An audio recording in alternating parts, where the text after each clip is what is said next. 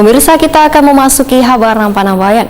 Forum Nasional Panti Sosial Asuhan Anak Lembaga Kesejahteraan Sosial Anak melaksanakan Musyawarah Nasional kedua tahun 2022 mulai 7 sampai 9 Oktober 2022 di Hotel Best Western. Sebelum forum nasional ini dibuka secara resmi, ribuan peserta mendapat suguhan tari kreasi dari Istana Anak Yatim Tanah Bumbuan Paduan Suara dari mahasiswa-mahasiswi Stinas Wan Akparnas Banjarmasin.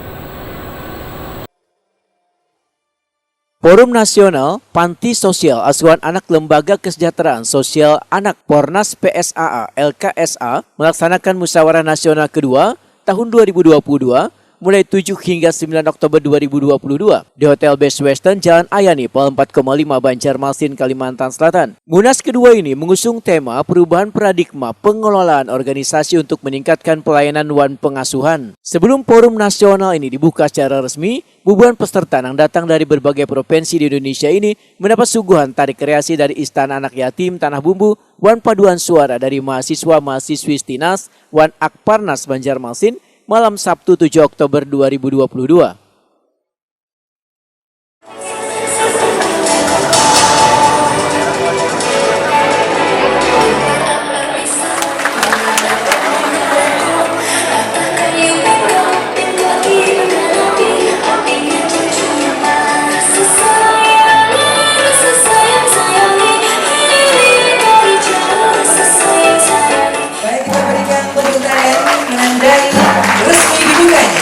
Musyawarah Nasional kedua untuk berfoto bersama.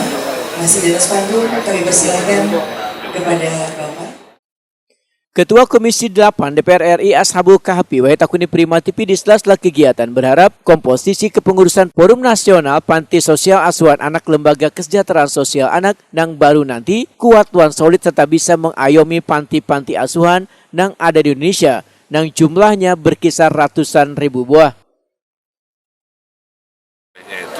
Saya harapkan melalui munas ini bukan hanya sekedar melahirkan keputusan, tapi membuat kebijakan-kebijakan yang bersinergi, termasuk dengan pemerintah daerah, pemerintah pusat, sehingga keberadaannya betul-betul terasakan manfaatnya dan bisa menjadi payung bagi panti asuhan yang ada di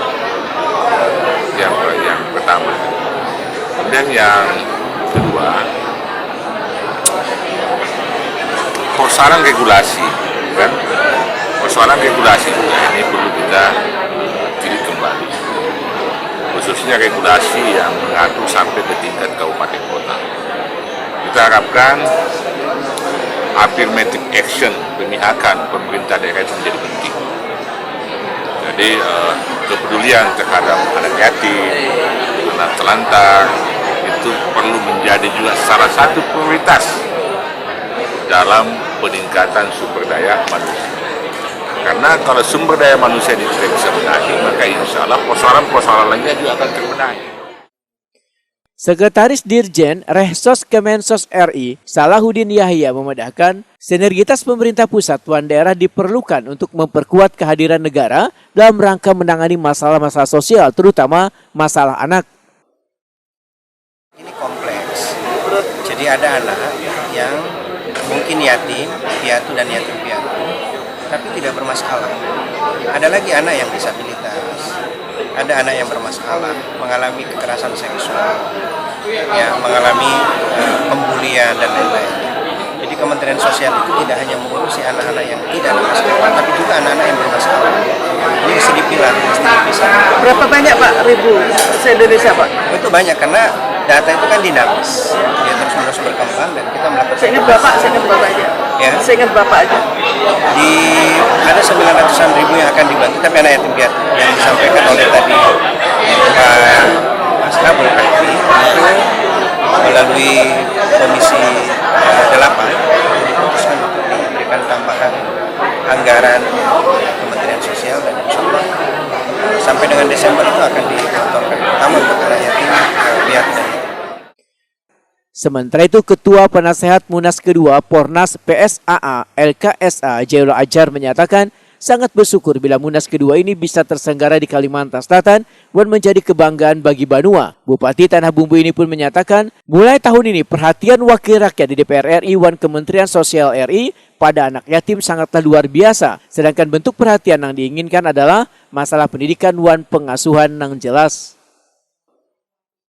Hal yang akan kita diskusikan, kita memang akan segera bersama dengan teman-teman nanti kepengurusan deklir untuk menghadap Komisi 8, melakukan demonstrasi sosial agar kemudian untuk anak-anak yatim, duafa, ini memang ada ya perhatian lah yang memadai, tentu dengan strategi ya.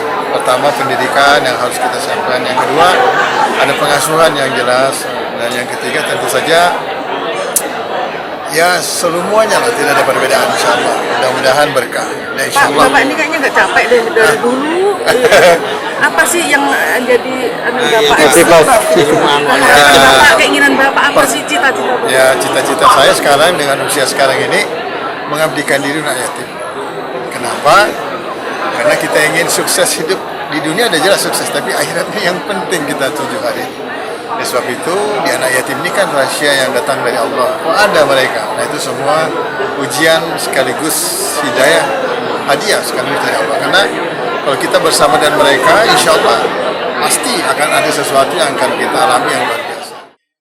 Munas ini dihadiri pula Ketua DPRD Provinsi Kalimantan Selatan Supian Haka, staf ahli Gubernur Kalimantan Selatan Hajah Husnul Khotimah, serta 663 orang peserta se-Indonesia. Sekedar mengingatkan, Bupati Tanah Bumbu Jailul Azhar mulai mengasuh anak-anak yatim di tahun 1980-an.